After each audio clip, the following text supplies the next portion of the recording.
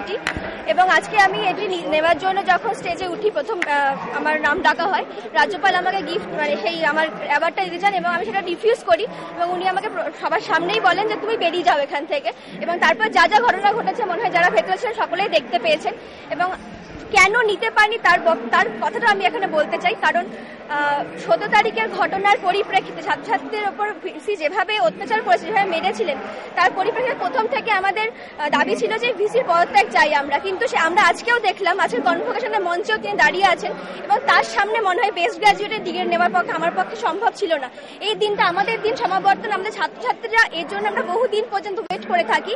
কিন্তু আমাদের সকলের ইচ্ছা ছিল আজকে সমাবর্তনটা নেব এবং বন্ধুর সাথে মজা করব, কিন্তু শুধুমাত্র ভিসির উপস্থিতির জন্য, প্রফেসর অভিজিৎ চক্রবর্তীর উপস্থিতির জন্য হয়তো আনন্দের দিনটা আজকে মাটি হলো, এটা দুঃখের দিনে পরিণত হলো।